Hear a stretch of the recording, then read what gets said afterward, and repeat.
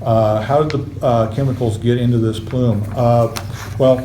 These are primarily solvents that were used in dry cleaning processes. So at one time, those were disposed of either through dumping them on the ground, which was remote, maybe spillage or that type of thing, but primarily dumped down the sanitary sewer.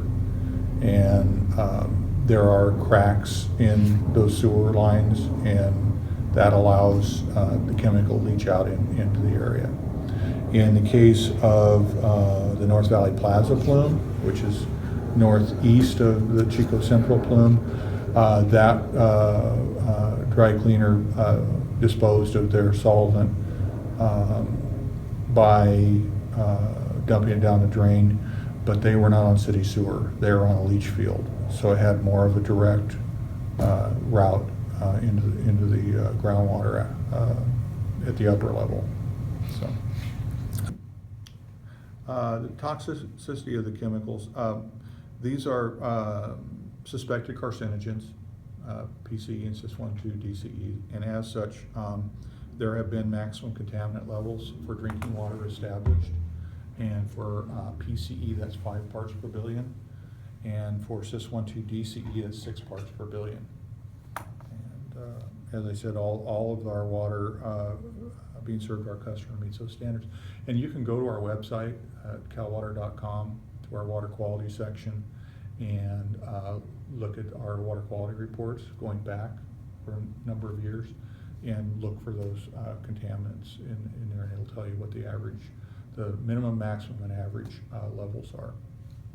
There is activity, I can tell you, on cleanup, both on-site and actually our treatment mechanisms. If a well needs treatment, actually contributes to the cleanup operation, because ultimately when you remove water that contains the contaminant, you're removing the contaminant from the ground. So,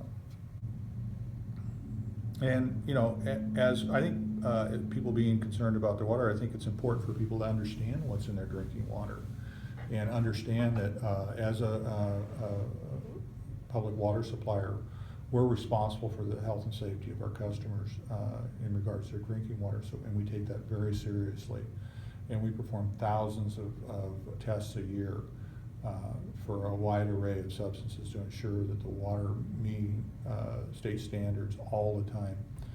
In the case of the PCE and cis-1,2-DCE, any well that is found to be impacted is sampled at least quarterly, and then if there's active treatment, we sample those sources every month. And anytime we have to install treatment, that's done through permit with the State Department of Drinking Water, and samples are collected monthly from the source water as well as the finished water going to our customers to ensure that the treatment is properly addressing the problem. So we've had a long history of dealing with this successfully. It's from our perspective an easily treated substance through either granular activated carbon, which we have several sites in Chico that have those treatment plants, or air stripping. And we used a air stripping tower at a station for 20 years, I would say, and it was a rather small plume, and it effectively, without any other remediation activities, effectively collapsed that plume. My name is Eleanor Gilman. I'm an instructor and an alumni for Chico State. I teach in the civil engineering department. My specialty is the natural systems for water and wastewater treatment. Chemicals from the dry cleaner leaching into the ground. Okay. They weren't being disposed of like you have to do nowadays. Okay. They were just put on the ground. Oh, okay. In fact, if you Nobody try to buy a cleaned it up. lot, you have to research that lot Okay. and find out if there was a dry cleaner or on it or around it. Okay. Because your soil may still be contaminated. Okay. Things like those chemicals, they don't dissipate. Yeah. There's really nothing, unless you engineer a bacteria or a community to clean up this particular chemical. Mhm. Now, it can percolate, is what we Okay. call it, Okay. down through the soil and get into the aquifers because it Mhm. moves easier Yeah. than natural, because it's not a natural chemical. Yeah. Okay. So Okay. is this particular chemical something we should be worried about? Um, For our health? Not anymore.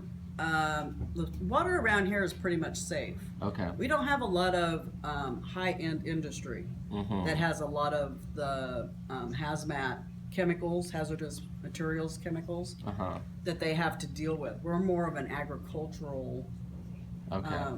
community.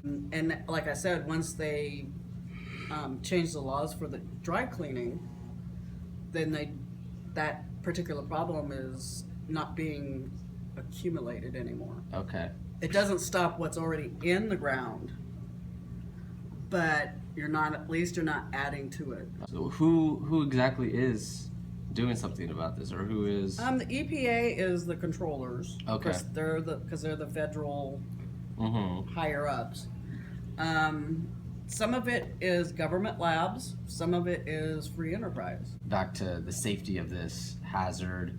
We're pretty much safe because our groundwater is being pulled out from below it. Is For now. Okay. I mean, but you always have to think in Mother Nature's time frame. yeah. Okay. Accumulation happens. Mm-hmm. There's going to come a time when what you have on the surface It's is gonna going reach. to get down to those 400-foot wells. I see. Okay. And then we're going to have to drill deeper ones. Yeah. Okay, so Okay.